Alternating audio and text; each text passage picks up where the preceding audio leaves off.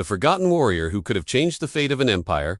They erased his name from the royal records, not because he failed, but because he came too close to the truth. Most people have never heard of Malik Ayaz. Fewer still know the true story behind his rise from a slave to the commander of one of the most powerful armies in the Islamic world. And almost no one knows why he vanished, without a trace, without a grave, without justice. But today, we'll dig beneath the pages they don't want you to read, because history isn't always written by the victors. Sometimes, it's rewritten by the frightened. In the late 10th century, as empires collided from Constantinople to Delhi, a boy of Turkic origin was sold into slavery. His name, Ayas. To the world, he was nothing. A slave of no noble blood, no royal lineage, no title.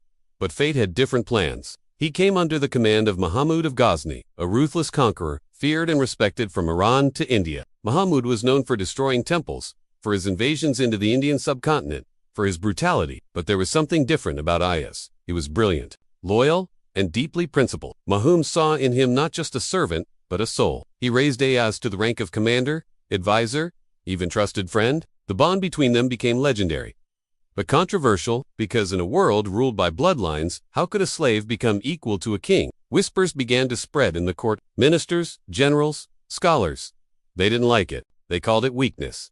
They called it unnatural. They feared Ayas, not because he was evil, but because he was just. He was the mirror that reflected their corruption, and when a mirror shows you the rot inside, you smash it. Ayas wasn't just a military man. He protected prisoners. He rebuilt places that others had burned.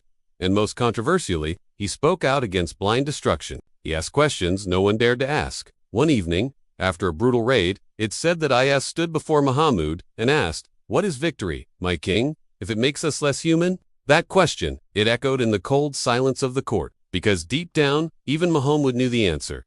But power is a jealous god. Soon after, Ayas was quietly removed from campaigns. His name stopped appearing in official records.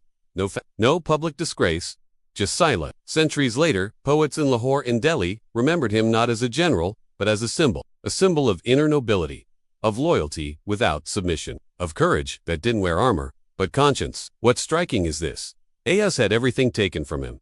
His history, his power, even his memory. Yet his legacy survived in whispers, in verses, in hearts, and maybe that's more powerful than monuments. Because you can tear down statues, but you cannot erase truth from a soul that refused to become a monster. We live in a world that still fears men like Ayas, not because they're dangerous, but because they remind us what power should look like when it's guided by wisdom, humility, and restraint. History rarely celebrates such men. They don't fit the narrative. They challenge the myth of greatness that feeds on blood and gold.